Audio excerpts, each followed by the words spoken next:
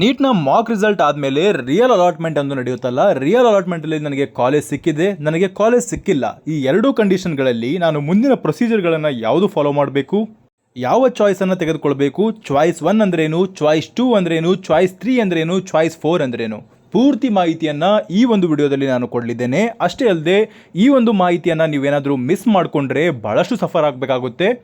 ಕೊನೆಯದಾಗಿ ನೀವು BMS counselling ಆಗಲಿ ಯಾವುದೇ ಒಂದು ಕೌನ್ಸಿಲಿಂಗ್ ಆಗಲಿ ನೀವು ಪಾರ್ಟಿಸಿಪೇಟ್ ಮಾಡೋಕ್ಕಾಗಲ್ಲ, ಮುಂದಿನ ರೌಂಡ್ಗೂ ಕೂಡ ನೀವು ಎಲಿಜಿಬಲ್ ಆಗಲ್ಲ. ಆದ್ದರಿಂದ ಇಲ್ಲಿ ಹೇಳುವಂತಹ ಪ್ರತಿಯೊಂದು ಮಾಹಿತಿಯನ್ನು ಕೊನೆಯವರೆಗೆ ನೋಡಿ.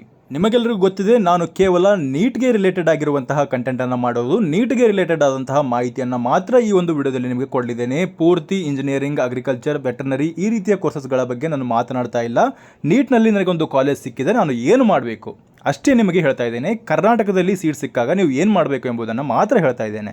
ಈಗ ಬನ್ನಿ ವಿಡಿಯೋನ ಆರಂಭಿಸೋಣ. ಮೊದಲಿಗೆ ನೋಡಿ, ನಿಮಗೆ ಇರುವಂಥದ್ದು 4 ಚಾಯ್ಸ್ಗಳಿರುತ್ತೆ. 4 ಚಾಯ್ಸಸ್ಗಳಲ್ಲಿ ನಿಮಗೆ ಸಿಕ್ಕಿರುವಂಥ ಸೀಟನ್ನು ಡಿಸೈಡ್ ಮಾಡೋದು, ಅಂದರೆ ನೀವು ಸೀಟನ್ನು ಅಡ್ಮಿಷನ್ ತೆಗೆದುಕೊಳ್ಳೋದಿದ್ದರೆ ಚಾಯ್ಸ್ 1 ಅನ್ನು ಹಾಕ್ತೀರಾ.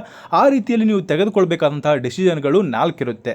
ಈ 4 ಚಾನ್ಸಸ್ಗಳನ್ನು ನಿಮಗೆ ಕೊಡ್ತಾರೆ. ಇದು ಫಸ್ಟ್ ರೌಂಡ್ ಆಗಿರೋದ್ರಿಂದ ಈ ಒಂದು ಚಾಯ್ಸ್ ಎಂಟ್ರಿನ ಮಾಡ್ಕೊಳ್ಳೋದಕ್ಕೆ ಕೂಡ ನಿಮಗೆ ಒಂದು ಟೈಮ್ ಪೀರಿಯಡ್ ಅಂತ ಕೊಟ್ಟಿರ್ತಾರೆ. ಈ ಟೈಮ್ ಪೀರಿಯಡ್ ಒಳಗಡೆ ನೀವು ಏನಾದರೂ ಮಾಡ್ಕೊಳ್ಳಿಲ್ಲ ಅಂದರೆ ನೀವು ಬಹಳಷ್ಟು ಒಂದು ಸಫರ್ ಆಗಬೇಕಾಗುತ್ತೆ. ಅಷ್ಟೇ ಅಲ್ಲದೆ ನಿಮಗೆ ಸಿಕ್ಕಿರುವಂಥ ಸೀಟನ್ನು ನೀವು ಕಳ್ಕೊಳ್ತೀರಾ. ಫಸ್ಟ್ ರೌಂಡಲ್ಲಿ ನೀವು ಸಿಕ್ಕಿರುವಂಥ ಸೀಟನ್ನು ಕಳ್ಕೊಳ್ತೀರಾ. ಆದ್ದರಿಂದ ಚಾಯ್ಸ್ ಎಂಟ್ರಿಯನ್ನು ಕಂಪಲ್ಸರಿಯಾಗಿ ಮಾಡ್ಕೊಳ್ಬೇಕು. ಅಷ್ಟೇ ಅಲ್ಲದೆ ನಿಮಗೆ ಮುಂದಿನ ರೌಂಡ್ಗೂ ಕೂಡ ಎಲಿಜಿಬಲ್ ಮಾಡೋದಿಲ್ಲ ಯಾರು ಚಾಯ್ಸ್ ಎಂಟ್ರಿಯನ್ನು ಮಾಡ್ಕೊಳ್ಳೋದಿಲ್ಲ. ಎಕ್ಸಾಂಪಲ್ ಆಗಿ ಈಗ ನನಗೊಂದು ಡೆಂಟಲ್ ಕಾಲೇಜ್ ಸಿಕ್ಕಿದೆ, ನಾನು ಏನು ಚಾಯ್ಸ್ ಎಂಟ್ರಿನ ಮಾಡ್ಕೊಳ್ಳೋದಿಲ್ಲ, ನಾನು ಮುಂದಿನ ರೌಂಡ್ಗೆ ಪಾರ್ಟಿಸಿಪೇಟ್ ಮಾಡ್ತೇನೆ ಅಂತ ನೀವು ಏನಾದರೂ ಅಂದ್ಕೊಂಡಿದ್ರೆ ನಿಮಗೆ ಆ ಒಂದು ಕೌನ್ಸಿಲಿಂಗಿಗೆ ಮುಂದಿನ ರೌಂಡ್ಗೆ MBBSಗೂ ಕೂಡ ನಿಮಗೆ ಅಲೋ ಮಾಡೋದಿಲ್ಲ. ಆದ್ದರಿಂದ ನಿಮಗೆ ಯಾವುದೇ ಒಂದು ಸೀಟ್ ಸಿಗಲಿ, ನೀವು ಮಾಡಬೇಕಾದಂಥದ್ದು ಏನಂದರೆ ಚಾಯ್ಸ್ ಎಂಟ್ರಿಯನ್ನು ಮಾಡ್ಕೊಳ್ಬೇಕು. 4ನೇ ಪಾಯಿಂಟಲ್ಲಿ ಹೇಳ್ತಿದ್ದಾರೆ ನೋಡಿ, ನೀವೇನಾದರೂ ಚಾಯ್ಸ್ ಎಂಟ್ರಿಯನ್ನು ಮಾಡದೇ ಇದ್ದರೆ ನೀವು ಮುಂದಿನ ರೌಂಡ್ಗೂ ಕೂಡ ಎಲಿಜಿಬಲ್ ಇರೋದಿಲ್ಲ. ಈ ಒಂದು ಪ್ರೊಸೆಸನ್ನು ಮಾಡ್ಕೊಳ್ಳೋದಕ್ಕೆ ನಿಮಗೆ KE ವೆಬ್ಸೈಟ್ಗೆ ಹೋಗಿ ಅಲ್ಲಿ ಕೊಟ್ಟಿರುವಂಥ ಲಿಂಕನ್ನು ಟಚ್ ಮಾಡಿಕೊಂಡು ನೀವು ಚಲನ್ ಡೌನ್ಲೋಡ್ ಮಾಡ್ಕೊಳ್ಳೋದಾಗಿರ್ಬೋದು, ಮುಂದಿನ ಪ್ರೊಸೀಜರ್ಗಳನ್ನೆಲ್ಲವನ್ನ ಕೂಡ ನೀವು KE ವೆಬ್ಸೈಟಲ್ಲಿ ಮಾತ್ರ ಮಾಡ್ಕೊಳ್ಬೇಕಾಗಿರುತ್ತೆ. ನಿಮಗೊಂದು ಪ್ರಶ್ನೆ ಬರ್ಬೋದು, ನನಗೆ ಯಾವುದೇ ಒಂದು ಸೀಟ್ ಸಿಕ್ಕಿಲ್ಲ ನೀಟಲ್ಲಿ, ನನಗೆ ಯಾವುದೇ ಒಂದು ಕಾಲೇಜ್ ಕೂಡ ಅಲಾಟ್ ಆಗಿಲ್ಲ, ನನಗೆ not allotted any seat in this round ಅಂತ ಬಂದಿದೆ. ಹಾಗಿದ್ರೆ ನಾನೇನು ಮಾಡಬೇಕು? ನೀವು ಯಾವುದೇ ಒಂದು ಟೆನ್ಷನ್ನ ತೆಗೆದುಕೊಳ್ಳೋದಕ್ಕೆ ಹೋಗಬೇಡಿ. ನೀವು ಯಾವುದೇ ರೀತಿಯ ಚಾಯ್ಸ್ ಎಂಟ್ರಿಯನ್ನು ಮಾಡಿಕೊಳ್ಳುವಂತಹ ನೆಸೆಸರಿ ಇರೋದಿಲ್ಲ. ಯಾರಿಗೆ ಈ ಒಂದು ರೌಂಡಲ್ಲಿ ಸೀಟೇ ಸಿಕ್ಕಿಲ್ವೋ, ನಿಮ್ಮ ಹತ್ತಿರ ಯಾವುದೋ ಒಂದು ಸೀಟ್ ಇಲ್ವೋ ಅಂಥವರು ಯಾವುದೇ ಒಂದು ಚಾಯ್ಸ್ ಎಂಟ್ರಿಯನ್ನು ಮಾಡಿಕೊಳ್ಳುವಂತಹ ನೆಸೆಸರಿ ಇರೋದಿಲ್ಲ.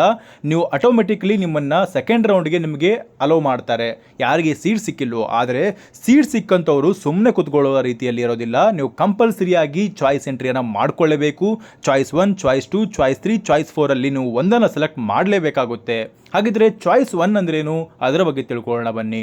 ನಿಮಗಿಲ್ಲಿ ಇನ್ಫಾರ್ಮೇಷನ್ಗಳನ್ನು ಕೊಡ್ತಿದ್ದಾರೆ. ನೀವು ನೆಕ್ಸ್ಟ್ ರೌಂಡ್ಗೆ ಪಾರ್ಟಿಸಿಪೇಟ್ ಮಾಡಬೇಕಂತ ಅನ್ಕೊಂಡಿದ್ದೀರಿ. ಹಾಗಿದ್ರೆ ಯಾರಿಗೆ ನೆಕ್ಸ್ಟ್ ರೌಂಡ್ಗೆ ಎಲಿಜಿಬಲ್ ಇರೋದಿಲ್ಲ ಅಂತ ಇಲ್ಲಿ ಹೇಳಿದ್ದಾರೆ.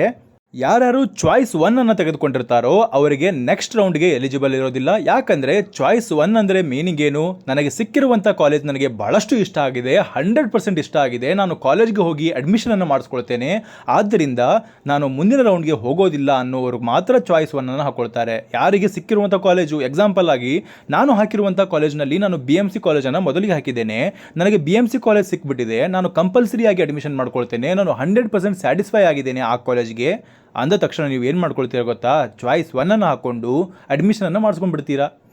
ಹಾಗಾದರೆ ಚಾಯ್ಸ್ 2 ಅಂದ್ರೇನು? ನನಗೆ ಸಿಕ್ಕಿರುವಂಥ ಕಾಲೇಜ್ ನನಗೆ ಇಷ್ಟ ಇದೆ, ಬಟ್ ಇದಕ್ಕಿಂತ ಚೆನ್ನಾಗಿರುವಂಥ ಕಾಲೇಜನ್ನು ನಾನು ಎಕ್ಸ್ಪೆಕ್ಟ್ ಮಾಡ್ತೇನೆ ಅನ್ನೋದಾದರೆ, ಎಕ್ಸಾಂಪಲ್ ಆಗಿ ನನಗೆ ಮೈಸೂರು ಕಾಲೇಜ್ ಸಿಕ್ಕಿದೆ, ನನಗೆ BMC ಕಾಲೇಜ್ ಬೇಕು, ಅಂಥ ಸಂದರ್ಭದಲ್ಲಿ ನಾನು ಯಾವ್ದು ಚೂಸ್ ಮಾಡ್ತೇನೆ ಅಂದರೆ ಚಾಯ್ಸ್ 2 ಅನ್ನು ಚೂಸ್ ಮಾಡ್ತೇನೆ.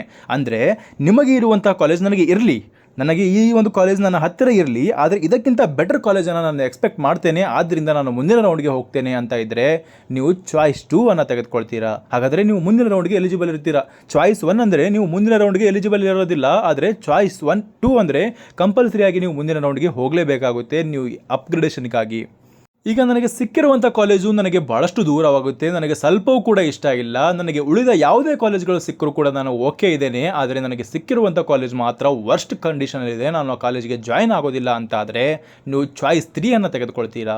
ಅದೇ ರೀತಿಯಲ್ಲಿ ಚಾಯ್ಸ್ 4 ಅಂದರೆ ನನಗೆ ಈ ಒಂದು KA ಕೌನ್ಸಿಲಿಂಗಲ್ಲಿ ಇಂಟ್ರೆಸ್ಟೇ ಇಲ್ಲ, ನನಗೆ MCC ಕೌನ್ಸಿಲಿಂಗ್ ಅಥವಾ ಇತರ ಸ್ಟೇಟ್ಗಳ ಒಂದು ಕೌನ್ಸಿಲಿಂಗಲ್ಲಿ ನನಗೆ ಇಂಟ್ರೆಸ್ಟ್ ಇದೆ, ನಾನು ಈ ಕೌನ್ಸಿಲಿಂಗಿಂದ ಹೊರಗಡೆ ಹೋಗಿಬಿಡ್ತೇನೆ ಅಂದರೆ ಚಾಯ್ಸ್ 4 ಅನ್ನು ತೆಗೆದುಕೊಳ್ತೀರಾ. ಹಾಗಿದ್ರೆ ಈ ಚಾಯ್ಸ್ 1 ಅಂದರೆ ಗೊತ್ತಾಯಿತು, ಚಾಯ್ಸ್ 2 ಅಂದರೆ ಗೊತ್ತಾಯಿತು, ಎಲ್ಲವುಗಳ ಬಗ್ಗೆ ಗೊತ್ತಾಯಿತು. ಇದರ ಬಗ್ಗೆ ಸಂಕ್ಷಿಪ್ತವಾಗಿ ನಾವು ಯಾವ ಟೈಮಲ್ಲಿ ಫೀಸನ್ನು ಪೇ ಮಾಡಬೇಕು, ಏನೇನು ಪ್ರೊಸೀಜರ್ಗಳನ್ನು ಫಾಲೋ ಮಾಡಬೇಕು, ಎಲ್ಲವನ್ನು ಒಂದೊಂದಾಗಿ ನಾನು ಬಿಡಿಯಾಗಿ ನಿಮಗೆ ಎಕ್ಸ್ಪ್ಲೇನ್ ಮಾಡಲಿದ್ದೇನೆ. ಚಾಯ್ಸ್ 1ನ ಬಗ್ಗೆ ಪೂರ್ತಿಯಾಗಿ ತಿಳ್ಕೊಳ್ಳೋಣ ಬನ್ನಿ. ಆಲ್ರೆಡಿ ನಾವು 4 ಚಾಯ್ಸಸ್ಗಳ ಬಗ್ಗೆ ಓವರ್ ವ್ಯೂ ಅನ್ನು ತಿಳ್ಕೊಂಡಿದ್ದೇವೆ. ಚಾಯ್ಸ್ 1 ಅಂದರೆ ನನಗೆ ಸಿಕ್ಕಿರುವಂಥ ಕಾಲೇಜ್ 100% ಇಷ್ಟ ಇದೆ, ನಾನು ಅಡ್ಮಿಷನ್ ತೊಗೊಂಡ್ಬಿಡ್ತೇನೆ. ಚಾಯ್ಸ್ 2 ಅಂದರೆ ನನಗೆ ಸಿಕ್ಕಿರೋ ಕಾಲೇಜ್ ಇರಲಿ, ನಾನು ಅಡ್ಮಿಷನ್ ತೆಗೆದುಕೊಳ್ಳೋದಿಲ್ಲ, ನಾನು ಮುಂದಿನ ರೌಂಡ್ಗೆ ಹೋಗ್ತೇನೆ ಅನ್ನೋದಾದರೆ ಚಾಯ್ಸ್ 2 ತೊಗೊಳ್ತೀರಾ. ಚಾಯ್ಸ್ 3 ಅಂದರೆ ನನಗೆ ಸಿಕ್ಕಿರುವಂಥ ಕಾಲೇಜ್ ಡಿಲೀಟ್ ಆಗಲಿ, ಉಳಿದ ಎಲ್ಲ ಕಾಲೇಜ್ಗಳು ನನ್ನ ಆಪ್ಷನ್ ಎಂಟ್ರಿಲಿ ಇರಲಿ, ನಾನು ಉಳಿದ ಕಾಲೇಜ್ಗಳಿಗೆ ನಾನು ಆಪ್ಷನ್ ಎಂಟ್ರಿನ ಮಾಡ್ಕೊಳ್ತೇನೆ ಅಂದರೆ ಚಾಯ್ಸ್ 3 ಅಂತ ಕನ್ಸಿಡರ್ ಮಾಡ್ತೀರಾ. ಬಟ್ ನಿಮಗೆ ಯಾವುದೇ ಒಂದು ಕಾಲೇಜ್ ನಿಮ್ಮ ಹತ್ತಿರ ಇರೋದಿಲ್ಲ. ಚಾಯ್ಸ್ 4 ಅಂದರೆ ನಾನು ಈ ಕೌನ್ಸಿಲಿಂಗಿಂದ ಹೊರಗಡೆ ಹೋಗ್ತೇನೆ ಅನ್ನೋದಾದರೆ ಚಾಯ್ಸ್ 4 ಅನ್ನು ನೀವು ಎಂಟ್ರಿ ಮಾಡ್ಕೊಳ್ತೀರಾ. ಈಗ ಬನ್ನಿ ಚಾಯ್ಸ್ 1ನ ಬಗ್ಗೆ ನಾವು ಪೂರ್ತಿಯಾಗಿ ತಿಳ್ಕೊಳ್ಳೋಣ. ಚಾಯ್ಸ್ 1 ಅಂದ್ರೇನು, ನನಗೆ ಸಿಕ್ಕಿರುವಂಥ ಕಾಲೇಜ್ 100% ನನಗೆ ಇಷ್ಟ ಆಗಿಬಿಟ್ಟಿದೆ, ನನಗೆ ಸಿಕ್ಕಿರುವಂಥ ಕಾಲೇಜನ್ನು ನನಗೆ ಬೇಕಾಗಿತ್ತು, ಅದೇ ಕಾಲೇಜ್ ನನಗೆ ಸಿಕ್ಬಿಟ್ಟಿದೆ, ನಾನು 100% ಆಗಿ ಇದೇ ಒಂದು ಕಾಲೇಜ್ಗೆ ಅಡ್ಮಿಷನ್ ತೆಗೆದುಕೊಳ್ಬಿಡ್ತೇನೆ. ಎಕ್ಸಾಂಪಲ್ ಆಗಿ ನಾನು ಹಾಕಿರುವಂಥ ಕಾಲೇಜು BMC ಕಾಲೇಜ್ ಫಸ್ಟಲ್ಲೇ ಹಾಕಿದ್ದೇನೆ, ಆ ಒಂದು ಕಾಲೇಜು ನನಗೆ ಸಿಕ್ಬಿಟ್ಟಿದೆ, ನನಗೆ ಬೇರೆ ಆಪ್ಷನ್ಸ್ಗಳಿಗಿಲ್ಲ, ನಾನು ಏನು ಮಾಡ್ತೇನೆ ಆ ಕಾಲೇಜ್ಗೆ ಹೋಗಿ ಅಡ್ಮಿಷನನ್ನು ಮಾಡಿಸ್ಕೊಂಡ್ಬಿಡ್ತೇನೆ ಅನ್ನೋದಾದರೆ ನೀವು ಚಾಯ್ಸ್ 1ಅನ್ನು ತೆಗೆದುಕೊಳ್ತೀರಾ. ನಿಮಗೆ ಮುಂದಿನ ರೌಂಡ್ಗೆ ಎಲಿಜಿಬಲ್ ಇರೋದಿಲ್ಲ, ನೀವು ಕೇವಲ ಇದೇ ಒಂದು ರೌಂಡಲ್ಲಿ ಅಡ್ಮಿಷನ್ ಮಾಡಿಸ್ಕೊಂಡು ನೀವು ಈ ಒಂದು ಕೌನ್ಸಿಲಿಂಗಿಂದ ಎಕ್ಸಿಟ್ ಆಗಿಬಿಡ್ತೀರಾ. ಹಾಗಿದ್ದಾಗ ಏನು ಮಾಡ್ಕೊಳ್ಬೇಕು, ನೀವು ಚಾಯ್ಸ್ 1ಅನ್ನು ಹಾಕಿದ ತಕ್ಷಣ ಸುಮ್ಮನೆ ಕೂತ್ಕೊಳ್ಳೋದಲ್ಲ, ಚಾಯ್ಸ್ 1ಅನ್ನು ಹಾಕಿ ನೀವು ಇಮಿಡಿಯೇಟ್ಲಿ ಏನು ಮಾಡಬೇಕು, ಆ ಒಂದು ಫೀಸನ್ನು ನೀವು KAಗೆ ತುಂಬ್ತೀರಾ. KAಗೆ ಹೇಗೆ ತುಂಬಬೇಕಂದ್ರೆ ಒಂದು ಚಾಲನನ್ನು ನಿಮಗೆ ಡೌನ್ಲೋಡ್ ಮಾಡ್ಕೊಳ್ಳೋದಕ್ಕೆ ಬಿಡ್ತಾರೆ. ಅದೇ ಒಂದು ವೆಬ್ಸೈಟಲ್ಲಿ ನೀವು ಎಲ್ಲಿ ಚಾಯ್ಸ್ ಎಂಟ್ರಿನ ಮಾಡಿರ್ತೀರಲ್ಲ, ಆ ಚಾಯ್ಸ್ ಎಂಟ್ರಿಯ ಕೆಳಗಡೆ ನಿಮಗೆ ಒಂದು ಫೀಸ್ ತುಂಬೋದಕ್ಕೆ ಚಾಲನ್ ಡೌನ್ಲೋಡ್ ಮಾಡ್ಕೊಳ್ಳೋದಕ್ಕೆ ನಿಮಗೆ ಬಿಡ್ತಾರೆ. ಆ ಚಾಲನನ್ನು ಡೌನ್ಲೋಡ್ ಮಾಡಿಕೊಂಡು ಬ್ಯಾಂಕಿಗೆ ಹೋಗಿ RTGS ಅಥವಾ ನೆಫ್ಟನ್ನು ಮಾಡಿಸಬೇಕಾಗುತ್ತೆ. RTGS ನೆಫ್ಟನ್ನು ಮಾಡಿಸಿದ ತಕ್ಷಣ ನೀವು ಇಮಿಡಿಯೇಟ್ಲಿ ಬ್ಯಾಂಕಿಂದ ಬಂದು ನಿಮ್ಮ ವೆಬ್ಸೈಟನ್ನು ಮತ್ತೆ ಓಪನ್ ಮಾಡ್ಕೊಳ್ಬೇಕು. ಮತ್ತೆ ಓಪನ್ ಮಾಡ್ಕೊಂಡ್ಮೇಲೆ ಅಲ್ಲಿ ಕನ್ಫರ್ಮೇಷನ್ ಸ್ಲಿಪ್ ಅಂತ ಸಿಗುತ್ತೆ. ಆ ಕನ್ಫರ್ಮೇಷನ್ ಸ್ಲಿಪ್ಪನ್ನು ತೆಗೆದುಕೊಂಡು ನೀವು ಕಾಲೇಜ್ಗೆ ಹೋಗಿ, ಖುದ್ದಾಗಿ ಸ್ಟೂಡೆಂಟ್ ಕಾಲೇಜ್ಗೆ ಹೋಗಿ ಅಲ್ಲಿ ಡಾಕ್ಯುಮೆಂಟ್ ವೆರಿಫಿಕೇಷನ್ನ ಮಾಡಿಸ್ಕೊಂಡು ಅಡ್ಮಿಷನ್ ಪ್ರೊಸೀಜರನ್ನು ಪೂರ್ತಿಯಾಗಿ ನೀವು ಮುಗಿಸ್ಕೊಳ್ಬೇಕಾಗುತ್ತೆ. ಯಾರು? ಚಾಯ್ಸ್ 1 ವಿದ್ಯಾರ್ಥಿಗಳು. ಇಷ್ಟು ಲೆಂತಿ ಪ್ರೊಸೀಜರ್ಗಳನ್ನು ನೀವು ಮಾಡಲೇಬೇಕಾಗುತ್ತೆ. ಒಂದು ಸ್ಟೆಪ್ ಮಿಸ್ ಆದರೂ ಕೂಡ ನೀವು ಸಫರ್ ಆಗಬೇಕಾಗುತ್ತೆ. ಎಕ್ಸಾಂಪಲ್ ಆಗಿ ಮೊದಲಿಗೆ ನಾನು ಚಾಯ್ಸ್ 1 ಎಂಟ್ರಿಯನ್ನು ಮಾಡ್ಕೊಳ್ತೀನಿ, ಅದಾದಮೇಲೆ ನಾನು ಫೀಸನ್ನು ಪೇ ಮಾಡ್ತೇನೆ, ಫೀಸನ್ನು ಪೇ ಮಾಡಿ ಕನ್ಫರ್ಮೇಷನ್ ಸ್ಲಿಪ್ಪನ್ನು ಡೌನ್ಲೋಡ್ ಮಾಡ್ಕೊಳ್ತೇನೆ, ಕನ್ಫರ್ಮೇಷನ್ ಸ್ಲಿಪ್ಪನ್ನು ಡೌನ್ಲೋಡ್ ಮಾಡ್ಕೊಂಡ್ಮೇಲೆ ನಾನು ಮುಂದೆ ಹೋಗಿ ಕಾಲೇಜ್ಗೆ ಹೋಗಿ ಅಡ್ಮಿಷನನ್ನು ಮಾಡಿಸ್ಕೊಳ್ತೇನೆ. ಈ ಪೂರ್ತಿ ಪ್ರೊಸೀಜರ್ಗಳನ್ನು ನೀವು ಮಾಡಲೇಬೇಕಾಗುತ್ತೆ ಚಾಯ್ಸ್ 1 ತೆಗೆದುಕೊಂಡಿರುವಂತಹ ವಿದ್ಯಾರ್ಥಿಗಳು. ಚಾಯ್ಸ್ 1ಅನ್ನು ತೆಗೆದುಕೊಂಡಿರುವಂತಹ ವಿದ್ಯಾರ್ಥಿಗಳಿಗೆ ಮತ್ತೆ ನಾನು ಬದಲಿಸಿಕೊಂಡು ಚಾಯ್ಸ್ 2 ತೊಗೊಳ್ತೇನೆ ಅಂದರೆ ನಿಮಗೆ ಅವಕಾಶ ಇರೋದಿಲ್ಲ. ಒಂದು ಬಾರಿ ನೀವು ಚಾಯ್ಸ್ 1ಅನ್ನು ಒತ್ಕೊಂಡ್ಬಿಟ್ರೆ ಕಂಪಲ್ಸರಿ ಆಗಿ ಇದು ಫ್ರೀಸ್ ಆಗಿ ಹೋಗುತ್ತೆ. ನೀವು ಚಾಯ್ಸ್ 1 ತೆಗೆದುಕೊಂಡಿದ್ದೀರಿ, ನೀವು ಕಂಪಲ್ಸರಿ ಆಗಿ ಕಾಲೇಜ್ಗೆ ಹೋಗಿ ಅಡ್ಮಿಷನ್ ಆಗಿ ಅಂತ ನಿಮಗೆ ಬಂದ್ಬಿಡುತ್ತೆ. ಆದ್ದರಿಂದ ಒಂದು ಬಾರಿ ನೀವು ಚಾಯ್ಸ್ ಎಂಟ್ರಿನ ತೆಗೆದುಕೊಳ್ಳುವಾಗ ಬಹಳಷ್ಟು ಬಾರಿ ಯೋಚನೆ ಮಾಡಬೇಕಾಗುತ್ತೆ. ಚಾಯ್ಸ್ 1ಅನ್ನು ತೆಗೆದುಕೊಳ್ಳುವಾಗ ಬಹಳಷ್ಟು ಬಾರಿ ಯೋಚನೆ ಮಾಡಿಕೊಂಡು ನಾನು ಸಿಕ್ಕಿರುವಂಥ ಕಾಲೇಜ್ ನನಗೆ 100% ಇಷ್ಟ ಆಗಿದೆ, ನನಗೆ ಬೇರೆ ಆಪ್ಷನ್ಸ್ಗಳೇ ಇಲ್ಲ, ನನಗೆ ಸಿಕ್ಕಿರುವಂಥ ಕಾಲೇಜ್ ನನಗೆ ಕಂಪಲ್ಸರಿ ಅಡ್ಮಿಷನ್ ತೆಗೆದುಕೊಂಡು ಬಿಡ್ತೇನೆ ಅನ್ನೋದಾದರೆ ಚಾಯ್ಸ್ 1ಅನ್ನು ತೆಗೆದುಕೊಂಡು ನೀವು ಮುಂದಿನ ಪ್ರೊಸೀಜರ್ಗಳನ್ನು ಕಂಪಲ್ಸರಿಯಾಗಿ ಮಾಡಬೇಕಾಗುತ್ತೆ. ಎಲ್ಲಿ ತನಕ ಅಂದರೆ ನೀವು ಕಾಲೇಜ್ಗೆ ಖುದ್ದಾಗಿ ಹೋಗಿ ಅಲ್ಲಿ ಡಾಕ್ಯುಮೆಂಟ್ ವೆರಿಫಿಕೇಷನ್ ಆದಮೇಲೆ ಒಂದು ಅಡ್ಮಿಷನ್ ಆರ್ಡರನ್ನು ಡೌನ್ಲೋಡ್ ಮಾಡೋ ತನಕ ನೀವು ಪೂರ್ತಿ ಪ್ರೊಸೀಜರ್ಗಳನ್ನು ಫಾಲೋ ಮಾಡಿದ್ರೆ ಮಾತ್ರ ನಿಮ್ಮ ಪ್ರೊಸೀಜರ್ ಮುಗಿಯುತ್ತೆ. ನಡುವೆ ಎಲ್ಲಾದರೂ ಬ್ರೇಕ್ ಆಯ್ತಂದರೆ ನಿಮ್ಮ ಒಂದು ಕೌನ್ಸಿಲಿಂಗಲ್ಲಿ ಸಿಕ್ಕಿರುವಂಥ ಸೀಟು ಕ್ಯಾನ್ಸಲ್ ಆಗಿ ಹೋಗುತ್ತೆ. ಆದ್ದರಿಂದ ಎಕ್ಸಾಂಪಲ್ ಆಗಿ ನಾನು ಫೀಸನ್ನು ಪೇ ಮಾಡಲಿಲ್ಲ, ಕ್ಯಾನ್ಸಲ್ ಸೀಟ್. ಅಷ್ಟೇ ಅಲ್ಲದೆ ನಾನು ಅಡ್ಮಿಷನ್ ಆರ್ಡರನ್ನು ಡೌನ್ಲೋಡ್ ಮಾಡ್ಕೊಳ್ಳಿಲ್ಲ, ಕ್ಯಾನ್ಸಲ್ ಸೀಟ್. ಅಷ್ಟೇ ಅಲ್ಲದೆ ಕನ್ಫರ್ಮೇಷನ್ ಸ್ಲಿಪ್ಪನ್ನು ಡೌನ್ಲೋಡ್ ಮಾಡ್ಕೊಳ್ಳಿಲ್ಲ. ಯಾವುದೇ ಒಂದು ಪ್ರೊಸೀಜರ್ ಮಿಸ್ ಆಗಲಿ ನೀವು ಸಿಕ್ಕಿರುವಂಥ ಸೀಟನ್ನು ಕಳೆದುಕೊಳ್ಬೇಕಾಗುತ್ತೆ. ಆದ್ದರಿಂದ ಚಾಯ್ಸ್ 1 ವಿದ್ಯಾರ್ಥಿಗಳು ಇಷ್ಟೆಲ್ಲ ಪ್ರೊಸೀಜರ್ಗಳನ್ನು ಫಾಲೋ ಮಾಡಬೇಕಾಗುತ್ತೆ. ಇದು ಫಸ್ಟ್ ರೌಂಡ್ ಆಗಿರೋದ್ರಿಂದ ನಮಗೆ ಚಾಯ್ಸ್ 2 ಅನ್ನು ಕೊಡ್ತಾರೆ. ಚಾಯ್ಸ್ 2 ತೆಗೆದುಕೊಳ್ಳುವಂಥ ವಿದ್ಯಾರ್ಥಿಗಳು ಬಹಳಷ್ಟು ಇನ್ಸ್ಟ್ರಕ್ಷನ್ಸ್ಗಳನ್ನು ಫಾಲೋ ಮಾಡಬೇಕಾಗುತ್ತೆ. ಚಾಯ್ಸ್ 2 ಅಂದ್ರೇನು? ಚಾಯ್ಸ್ 2 ಅಂದರೆ ನನಗೆ ಸಿಕ್ಕಿರುವಂಥ ಕಾಲೇಜು ಭಾಳಷ್ಟು ಇಷ್ಟ ಆಗಿಬಿಟ್ಟಿದೆ, ನನಗೆ ಸಿಕ್ಕಿರುವಂಥ ಕಾಲೇಜ್ಗಿಂತ ಬೆಟರ್ ಇರೋ ಕಾಲೇಜ್ಗಳನ್ನು ನಾನು ಎಕ್ಸ್ಪೆಕ್ಟ್ ಮಾಡ್ತಾ ಇದ್ದೇನೆ. ಈ ಕಾಲೇಜ್ ನನಗೆ ಇಷ್ಟ ಆಗಿದೆ, ಬಟ್ ಬೆಟರ್ ಇರೋ ಕಾಲೇಜನ್ನು ನಾನು ಎಕ್ಸ್ಪೆಕ್ಟ್ ಮಾಡ್ತೇನೆ, ನಾನು ಇದೇ ಕಾಲೇಜ್ಗೆ ಅಡ್ಮಿಷನ್ ತೊಗೊಳ್ಳೋದಕ್ಕೆ ಬಯಸೋದಿಲ್ಲ. ಈ ಕಾಲೇಜ್ ನನಗೆ ಸಿಕ್ಕರೆ ಓಕೆ ಇದೆ ಇದು ನನಗೆ, ಆದರೆ ಇದಕ್ಕಿಂತ ಬೆಟರ್ ಕಾಲೇಜ್ ನನಗೆ ಬೇಕು. ಅಂಥ ಸಂದರ್ಭದಲ್ಲಿ ನೀವೇನು ಮಾಡ್ತೀರಾ, ನಿಮಗೆ ಸಿಕ್ಕಿರುವಂಥ ಕಾಲೇಜ್ಗೆ ಪೂರ್ತಿಯಾಗಿ ಫೀಸನ್ನು ಪೇ ಮಾಡ್ಕೊಳ್ತೀರಾ. ಹೇಗೆ ಪೇ ಮಾಡಬೇಕು ಅದನ್ನು ಕೂಡ ಸೇಮ್ ಪ್ರೊಸೀಜರ್. ನೀವು ಒಂದು ಏನು ಮಾಡ್ತೀರಾ, ನೀವು ಚಾಯ್ಸ್ ಎಂಟ್ರಿ ಚಾಯ್ಸ್ 2 ಅಂತ ಹಾಕಿದ ತಕ್ಷಣ ನಿಮಗೆ ಫೀಸ್ ರಿಸಿಪ್ಟ್ಗಾಗಿ ನಿಮಗೆ ಒಂದು ಫೀಸ್ ಅಂತ ಓಪನ್ ಆಗುತ್ತೆ. ಆ ಫೀಸನ್ನು ಟಚ್ ಮಾಡ್ಕೊಂಡ್ಮೇಲೆ ಅಲ್ಲಿ ಚಲನ್ ಡೌನ್ಲೋಡ್ ಮಾಡ್ಕೊಳ್ಳೋದಕ್ಕೆ ನಿಮಗೆ ಒಂದು ಅಲೋ ಮಾಡ್ತಾರೆ. ಆ ಚಲನ್ ಮೇಲೆ ನೀವು ಎಷ್ಟು ಫೀಸನ್ನು ತುಂಬಬೇಕಂದ್ರೆ ನಿಮಗೆ ಸಿಕ್ಕಿರುವಂಥ ಕಾಲೇಜ್ ಫೀಸ್ ಇರುತ್ತಲ್ಲ, ಆ ಕಾಲೇಜ್ ಫೀಸಲ್ಲಿ ಮೆನ್ಷನ್ ಮಾಡಿರ್ತಾರೆ. ಆ ಫೀಸನ್ನು ನೀವು ಹೋಗಿ ಪೇ ಮಾಡಬೇಕಾಗುತ್ತೆ. ಎಕ್ಸಾಂಪಲ್ ಆಗಿ ನನಗೆ 1.5 ಲಕ್ಷದ್ದು ಫೀಸ್ ಸಿಕ್ಕಿದೆ, ನಾನೇನು ಮಾಡ್ತೇನೆ, ಆ ಒಂದು ಫೀಸನ್ನು ಹೋಗಿ ಬ್ಯಾಂಕಿಗೆ ಹೋಗಿ ನೆಫ್ಟ್ ಅಥವಾ RTGS ಅನ್ನು ಮಾಡಿಸ್ತೇನೆ. ಅದೇ ರೀತಿಯಲ್ಲಿ 12 ಲಕ್ಷ ಸಿಕ್ಕಿದ್ದಾಗ ನೀವು ಅದನ್ನು ಹೋಲ್ಡ್ ಮಾಡ್ಕೊಳ್ತೀನಿ ಅಂದರೆ 12 ಲಕ್ಷವನ್ನು ಭರ್ತಿ ಮಾಡಬೇಕಾಗುತ್ತೆ. ಹಾಗಿದ್ದಾಗ ನಿಮಗೆ ಮ್ಯಾನೇಜ್ಮೆಂಟ್ ಕೋಟಾದಲ್ಲಿ ಸೀಟ್ ಸಿಕ್ಕಿತ್ತು, ಅದಕ್ಕೆ 25 ಲಕ್ಷವನ್ನು ಪೇ ಮಾಡ್ತೀರಾ. ಹಾಗೆ ನಿಮಗೆ ಪ್ರೈವೇಟ್ ಸೀಟ್ ಸಿಕ್ಕಿತ್ತು, 20 ಲಕ್ಷವನ್ನು ಪೇ ಮಾಡ್ತೀರಾ. ಎಲ್ಲದರ ಬಗ್ಗೆ ನಿಮಗೆ ಮೆನ್ಷನ್ ಮಾಡ್ತಾರೆ ಎಷ್ಟು ಫೀಸನ್ನು ಪೇ ಮಾಡಬೇಕು ಅಂತ.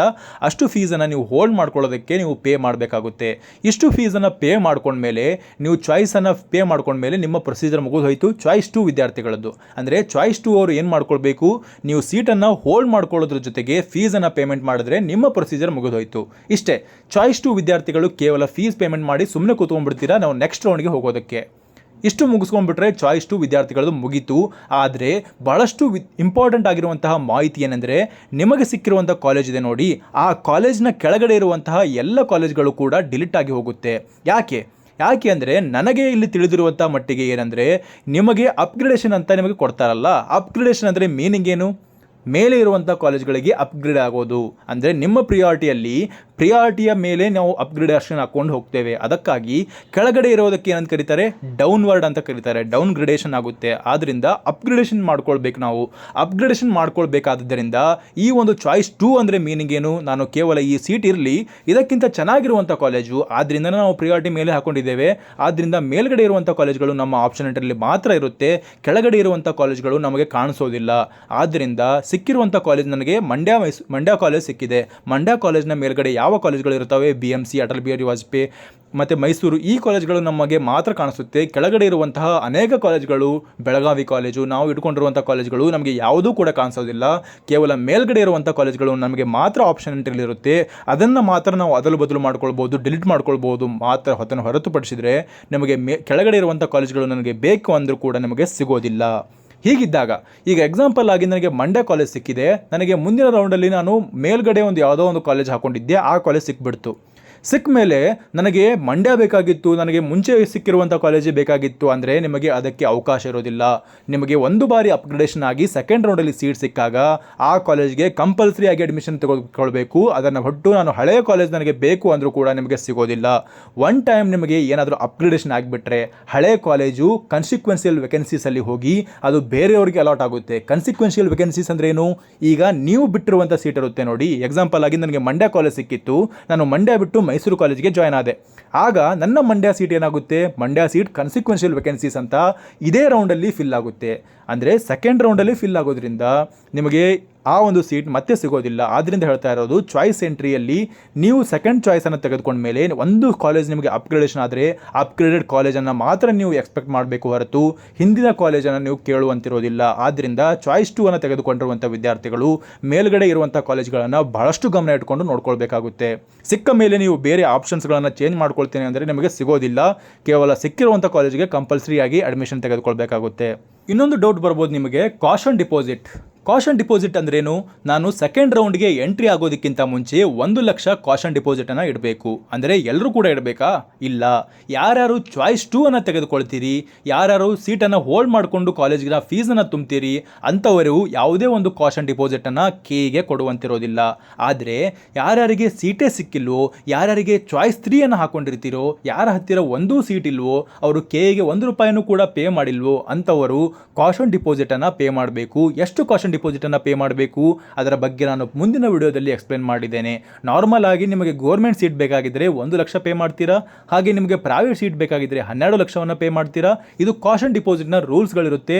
ಆದರೆ ಸೆಕೆಂಡ್ ರೌಂಡಿಗೆ ನಮಗೆ ಕೇವಲ 1 ಲಕ್ಷ ಇರುತ್ತೆ. ಅದರ ಬಗ್ಗೆ ನಿಮಗೆ ಪೂರ್ತಿ ಮಾಹಿತಿಯನ್ನು ನಿಮಗೆ ಎಕ್ಸ್ಪ್ಲೇನ್ ಮಾಡ್ತೇನೆ. ಅದಕ್ಕೆ ಟೈಮ್ ಸಿಕ್ಕಾಗ ನಾನು ಈ ಕಾಷನ್ ಡಿಪಾಸಿಟ್ ಬಗ್ಗೆ ಮಾಹಿತಿಯನ್ನು ಕೊಡ್ತೇನೆ. ನೀವು ಸೆಕೆಂಡ್ ರೌಂಡಲ್ಲಿ ಕಾಷನ್ ಡಿಪಾಸಿಟ್ನ ಪೇ ಮಾಡೋದಿದ್ರೆ ಎಲ್ರಿಗೂ ಕೂಡ 1 ಲಕ್ಷ ಮಾತ್ರ ಇರುತ್ತೆ. ಆದರೆ ಮಾಪಪ್ ರೌಂಡಿಗೆ ನೀವು ಯಾವ ಸೀಟನ್ನು ತೆಗೆದುಕೊಳ್ತೀರಲ್ಲ ಆ ಸೀಟ್ನ ಬೇಸಿಸ್ ಮೇಲೆ ನಿಮಗೆ ಫೀ ಸ್ಟ್ರಕ್ಚರ್ ಚೇಂಜ್ ಆಗುತ್ತೆ ಕಾಷನ್ ಡಿಪಾಸಿಟ್ದು. ಈ ಕಾಷನ್ ಡಿಪಾಸಿಟನ್ನು ಯಾರು ಪೇ ಮಾಡಬಾರ್ದು ಅಂದರೆ ಚಾಯ್ಸ್ 1 ತೆಗೆದುಕೊಂಡರಂತರೂ ಅಡ್ಮಿಷನ್ ಆಗಿ ಹೊರಗಡೆ ಹೋಗ್ತಾರೆ, ಅವರಿಗೆ ಪೇ ಮಾಡುವಂಥ ಅವಶ್ಯಕತೆ ಇರೋದಿಲ್ಲ. ಚಾಯ್ಸ್ 2 ಅನ್ನು ತೆಗೆದುಕೊಂಡಿರೋವರೆಗೂ ಕೂಡ ನೀವು ಕಾಲೇಜ್ ಫೀಸನ್ನು ಪೇ ಮಾಡಿರೋದ್ರಿಂದ ನಿಮಗೆ ಮತ್ತೆ ಈ ಒಂದು ಕಾಷನ್ ಡಿಪಾಸಿಟನ್ನು ಪೇ ಮಾಡುವಂತಹ ಅವಶ್ಯಕತೆ ಇರೋದಿಲ್ಲ. ಹಾಗಿದ್ದರೆ ಯಾರು ಪೇ ಮಾಡಬೇಕಂದ್ರೆ ಚಾಯ್ಸ್ 3 ವಿದ್ಯಾರ್ಥಿಗಳು ತಮಗೆ ಸಿಕ್ಕಿರುವಂಥ ಕಾಲೇಜನ್ನು ಡಿಲೀಟ್ ಮಾಡ್ಕೊಂಡಿರ್ತಾರಲ್ಲ, ನಮಗೆ ಸಿಕ್ಕಿರುವಂಥ ಕಾಲೇಜ್ ಬೇಡ ಅಂತ ಅಂದ್ಕೊಂಡಿರ್ತಾರಲ್ಲ ಅಂಥವ್ರು ಮಾತ್ರ ಕಾಷನ್ ಡಿಪಾಸಿಟನ್ನು ಪೇ ಮಾಡಬೇಕು. ಹಾಗಿದ್ದರೆ ಚಾಯ್ಸ್ 3 ಬಗ್ಗೆ ತಿಳ್ಕೊಳ್ಳೋಣ ಬನ್ನಿ. ಮುಂದಿನ ಚಾಯ್ಸು ಚಾಯ್ಸ್ 3. ನನಗೆ ಸಿಕ್ಕಿರುವಂಥ ಕಾಲೇಜನ್ನು ನಾನು ಸರೆಂಡರ್ ಮಾಡಿಬಿಡ್ತೇನೆ. ನನಗೆ ಸಿಕ್ಕಿರುವಂಥ ಕಾಲೇಜನ್ನು ಸರೆಂಡರ್ ಮಾಡಿಕೊಂಡು ಉಳಿದ ಎಲ್ಲ ಕಾಲೇಜ್ಗಳು ನನ್ನ ಆಪ್ಷನ್ ಎಂಟ್ರಿಯಲ್ಲಿ ಇರಲಿ. ನಾನು ಸಿಕ್ಕಿರುವಂಥ ಕಾಲೇಜನ್ನು ಮಾತ್ರ ಸರೆಂಡರ್ ಮಾಡ್ತಾ ಇದ್ದೇನೆ, ಅದಕ್ಕೆ ನಾನು ಅಡ್ಮಿಷನ್ ತೆಗೆದುಕೊಳ್ಳೋದಿಲ್ಲ, ನಾನು ಮುಂದಿನ ರೌಂಡ್ಗೆ ಆ ಕಾಲೇಜನ್ನು ಎಕ್ಸ್ಪೆಕ್ಟ್ ಮಾಡೋದಿಲ್ಲ ಅಂತ ಅನ್ನೋದಾದರೆ ಆ ಕಾಲೇಜನ್ನು ನೀವು ಸರೆಂಡರ್ ಮಾಡ್ಕೊಳ್ತೀರಾ. ಸರೆಂಡರ್ ಮಾಡ್ಕೊಂಡ್ಮೇಲೆ ಉಳಿದ ಕಾಲೇಜ್ಗಳು ನಿಮ್ಮ ಆಪ್ಷನ್ ಎಂಟ್ರಿಯಲ್ಲಿ ಎಲ್ಲವೂ ಇರುತ್ತೆ. ಕೆಳಗಡೆ ಇರೋ ಕಾಲೇಜ್ಗಳು ಇರುತ್ತೆ, ಮೇಲ್ಗಡೆ ಇರೋ ಕಾಲೇಜನ್ನು ಎಲ್ಲ ಕೂಡ ಇರುತ್ತೆ. ಯಾರಿಗೆ ಚಾಯ್ಸ್ 3 ತೆಗೆದುಕೊಂಡವರಿಗೆ ಮಾತ್ರ ಎಲ್ಲ ಕಾಲೇಜ್ಗಳು ನಿಮ್ಮ ಆಪ್ಷನ್ ಎಂಟ್ರಿಯಲ್ಲಿ ಕಾಣಿಸುತ್ತೆ. ನೀವು ಎಲ್ಲ ಕಾಲೇಜ್ಗಳನ್ನು ಆಲ್ಟರ್ ಮಾಡ್ಕೊಳ್ಬೋದು. ಆದರೆ ನಿಮಗೆ ಸಿಕ್ಕಿರುವಂಥ ಸರೆಂಡರ್ ಮಾಡ್ಕೊಂಡಿರುವಂಥ ಕಾಲೇಜ್ ಮಾತ್ರ ನಿಮಗೆ ಆಪ್ಷನ್ ಎಂಟ್ರಿಯಲ್ಲಿ ಕಾಣಿಸೋದಿಲ್ಲ. ಉಳಿದ ಎಲ್ಲ ಕಾಲೇಜ್ಗಳು ನಿಮಗೆ ಕಾಣಿಸುತ್ತೆ. ನೀವು ಹೊರಗಡೆಯಿಂದ ಕಾಲೇಜ್ಗಳನ್ನು ಆ್ಯಡ್ ಮಾಡ್ತೇನೆ ಅವಕಾಶ ಇರೋದಿಲ್ಲ. ನೀವು ಕೇವಲ ಇರುವಂಥ ಆಪ್ಷನ್ಸ್ಗಳನ್ನು ಮಾತ್ರ ನೀವು ಇಟ್ಕೊಂಡು ಅದನ್ನು ಅದಲು ಬದಲು ಮಾಡ್ಕೊಳ್ಬೋದು ಸೆಕೆಂಡ್ ರೌಂಡ್ಗೆ. ಈ ಒಂದು ಚಾಯ್ಸ್ 3 ತೆಗೆದುಕೊಂಡಿರುವಂಥ ವಿದ್ಯಾರ್ಥಿಗಳ ಹತ್ರ ಯಾವುದೇ ಒಂದು ಸೀಟ್ ಇರೋದಿಲ್ಲ. ಅಂಥ ವಿದ್ಯಾರ್ಥಿಗಳು ಸ್ವಲ್ಪ ರಿಸ್ಕ್ ಮೇಲ್ಗಡೆ ನೀವು ಮುಂದಿನ ರೌಂಡ್ಗೆ ಹೋಗಬೇಕಾಗುತ್ತೆ. ಮುಂದಿನ ರೌಂಡ್ಗೆ ಹೋದಾಗ ನೀವು ಏನಾದರೂ ಅಲ್ಲಿ ನಿಮಗೆ ಸೀಟ್ ಸಿಕ್ಕಿರಲ್ಲ, ಆದ್ದರಿಂದ ನೀವು ಏನು ಮಾಡಬೇಕು, ಮುಂದಿನ ರೌಂಡಲ್ಲಿ ನೀವು MBBS ಎಕ್ಸ್ಪೆಕ್ಟ್ ಮಾಡ್ತಾ ಇದ್ದರೆ, ನೀವು MBBS ಆಪ್ಷನ್ ಎಂಟ್ರಿಯಲ್ಲಿ ಇಟ್ಕೊಳ್ಳೋದಿದ್ದರೆ ನೀವು ಏನು ಮಾಡಬೇಕಂದ್ರೆ 1 ಲಕ್ಷ ಕಾಷನ್ ಡಿಪಾಸಿಟನ್ನು ನೀವು ಪೇ ಮಾಡಿಕೊಂಡೇ ನೀವು ಸೆಕೆಂಡ್ ರೌಂಡ್ಗೆ ಎಂಟ್ರಿ ಆಗಬೇಕಾಗುತ್ತೆ. ಯಾರಂದರೆ ಚಾಯ್ಸ್ 3 ತೆಗೆದುಕೊಂಡಿರುವಂಥವರು ಮತ್ತು ಯಾವುದೇ ಸೀಟು ಸಿಗದೇ ಇರುವಂಥವರು ಈ 1 ಲಕ್ಷವನ್ನು ನೀವು ಕಾಷನ್ ಡಿಪಾಸಿಟ್ ಇಟ್ಟೇ ನೀವು ಮುಂದೆ ಪ್ರೊಸೀಡ್ ಆಗಬೇಕಾಗುತ್ತೆ. 1 ಲಕ್ಷ ಡಿಪಾಸಿಟ್ ಇಡಬೇಕಂದ್ರೆ ನೀವು ಏನು ಮಾಡಬೇಕಂದ್ರೆ ಕಾಷನ್ ಡಿಪಾಸಿಟ್ಗೆ ಇನ್ನೊಂದು ಲಿಂಕನ್ನು ಬಿಡ್ತಾರೆ. ಆ ಲಿಂಕನ್ನು ಬಿಟ್ಟ ಮೇಲೆ ಅಲ್ಲಿ ಚಲನ ಡೌನ್ಲೋಡ್ ಮಾಡಿಕೊಂಡು ನೀವು 1 ಲಕ್ಷ ಒಂದು ಕಾಷನ್ ಡಿಪಾಸಿಟನ್ನು ಪೇಮೆಂಟ್ ಮಾಡ್ತೀರಾ. ಈ ರೀತಿಯಲ್ಲಿ ನೀವು ಸೆಕೆಂಡ್ ರೌಂಡ್ಗೆ ಎಂಟ್ರಿ ಆಗೋದಕ್ಕಿಂತ ಮುಂಚೆ ಕಾಷನ್ ಡಿಪಾಸಿಟ್ ರೂಲ್ ಎಂಟ್ರಿ ಆಗುತ್ತೆ. ಆ ಕಾಷನ್ ಡಿಪಾಸಿಟನ್ನು ಪೇ ಮಾಡಿಯೇ ಸೆಕೆಂಡ್ ರೌಂಡ್ಗೆ ಪಾರ್ಟಿಸಿಪೇಟ್ ಮಾಡ್ತೀರಾ. ಯಾಕಂದರೆ ನೀವು ಸಿಕ್ಕಿರುವಂಥ ಸೀಟನ್ನು ನೀವು ಬಿಡಬೇಕಂದ್ರೆ ಆ 1 ಲಕ್ಷ ಕಾಷನ್ ಡಿಪಾಸಿಟನ್ನು KE ಪಡೆದುಕೊಳ್ಳುತ್ತೆ. ನಿಮಗೆ ಅದನ್ನು ಹಿಂದಿರುಗಿಸೋದಿಲ್ಲ. ಯಾರಿಗೆ ಅಂದರೆ ಸಿಕ್ಕಿರುವಂಥ ಸೀಟನ್ನು ನಾನು ಬಿಡ್ತೇನೆ ಅನ್ನೋದಾದರೆ. ಯಾಕೆ ಈ ಒಂದು ಕಾಷನ್ ಡಿಪಾಸಿಟ್ ರೂಲನ್ನು ತಂದಿದ್ದಾರೆ ಅಂದರೆ ನಿಮಗೆ ಸೀರಿಯಸ್ನೆಸ್ ಬರಲಿ ಈ ಒಂದು MBBS ಸೀಟ್ನ ಮೇಲೆ. ಯಾಕಂದರೆ MBBSಗಾಗಿ ಭಾಳಷ್ಟು ವಿದ್ಯಾರ್ಥಿಗಳು, ಭಾಳಷ್ಟು ಪಾಲಕರು ಭಾಳಷ್ಟು ದಿನಗಳಿಂದ ಒಂದು ಪರಿಶ್ರಮ ಪಟ್ಟಿರ್ತಾರೆ, ಹಾರ್ಡ್ ವರ್ಕ್ ಮಾಡಿರ್ತಾರೆ. ಆ ಒಂದು ಹಾರ್ಡ್ ವರ್ಕಿಗೆ ಆ ಒಂದು ಸೀಟ್ಗೆ ಇರುವಂತಹ ವ್ಯಾಲ್ಯೂ ಅರ್ಥವಾಗಲಿ ಅನ್ನೋ ಕಾರಣಕ್ಕಾಗಿ ನಿಮ್ಮ ಹತ್ತಿರ 1 ಲಕ್ಷ ರೂಪಾಯಿಯನ್ನು ಡೆಪಾಸಿಟ್ ಆಗಿ ಇಟ್ಕೊಳ್ತಾರೆ. ಆ 1 ಲಕ್ಷ ತುಂಬಿಯೇ ನೀವು ಸೆಕೆಂಡ್ ರೌಂಡ್ಗೆ ಪಾರ್ಟಿಸಿಪೇಟ್ ಮಾಡಬೇಕಾಗುತ್ತೆ. ನಿಮಗೆ ಅರ್ಥವಾಗಿದೆ. ಚಾಯ್ಸ್ 3 ತೆಗೆದುಕೊಂಡಿರುವಂಥ ವಿದ್ಯಾರ್ಥಿಗಳು ಮಾತ್ರ ಕಾಷನ್ ಡಿಪಾಸಿಟನ್ನು ಪೇ ಮಾಡಬೇಕು. ಚಾಯ್ಸ್ 2 ತೆಗೆದುಕೊಂಡಿರುವಂಥ ವಿದ್ಯಾರ್ಥಿಗಳು ಕಾಷನ್ ಡಿಪಾಸಿಟನ್ನು ಪೇ ಮಾಡುವಂತಹ ಅವಶ್ಯಕತೆ ಇರೋದಿಲ್ಲ. ಹಾಗಿದ್ರೆ ಚಾಯ್ಸ್ 4 ಅಂದ್ರೇನು?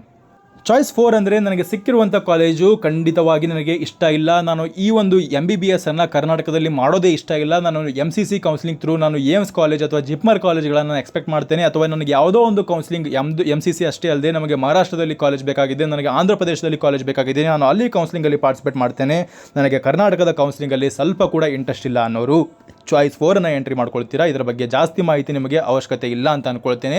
ಚಾಯ್ಸ್ 4 ಅಂದರೆ ನಮಗೆ ಕೌನ್ಸಿಲಿಂಗಿಂದ ಎಕ್ಸಿಟ್ ಆಗಿಬಿಡ್ತೇನೆ ಅನ್ನೋದಕ್ಕೆ ಮಾತ್ರ ನೀವು ಚಾಯ್ಸ್ 4 ಎಂಟ್ರಿ ಮಾಡ್ಕೊಳ್ತೀರಾ. ಇದಿಷ್ಟಾಗಿತ್ತು ಚಾಯ್ಸ್ಗಳ ಬಗ್ಗೆ ಪೂರ್ತಿಯಾದಂತಹ ಮಾಹಿತಿ. ಅಷ್ಟೇ ಅಲ್ಲದೆ ನಿಮಗೆ ಸೀಟ್ ಸಿಕ್ಕ ಮೇಲೆ ಮುಂದಿನ ಪ್ರೊಸೀಜರ್ಗಳನ್ನು ನೀವು ಯಾವ ರೀತಿ ಫಾಲೋ ಮಾಡಬೇಕು ಎಂಬುದನ್ನು ಈ ಒಂದು 20 ನಿಮಿಷದ ವಿಡಿಯೋದಲ್ಲಿ ನಿಮಗೆ ಎಕ್ಸ್ಪ್ಲೇನ್ ಮಾಡಿದ್ದೇನೆ. 17 ನಿಮಿಷದ ವಿಡಿಯೋದಲ್ಲಿ ಎಕ್ಸ್ಪ್ಲೇನ್ ಮಾಡಿದ್ದೇನೆ. ಇದಿಷ್ಟಾಗಿತ್ತು ಈವರೆಗಿನ ಮಾಹಿತಿ. ಈ ಮಾಹಿತಿ ನಿಮಗೆ ಇಷ್ಟವಾಗಿದ್ದರೆ ಚಾನಲ್ನ ಸಬ್ಸ್ಕ್ರೈಬ್ ಮಾಡಿಕೊಳ್ಳಿ, ಹಾಗೆ ನಿಮ್ಮ ಫ್ರೆಂಡ್ಸ್ಗಳಿಗೂ ಈ ಒಂದು ವಿಷಯವನ್ನು ಶೇರ್ ಮಾಡಿ. ಧನ್ಯವಾದಗಳು.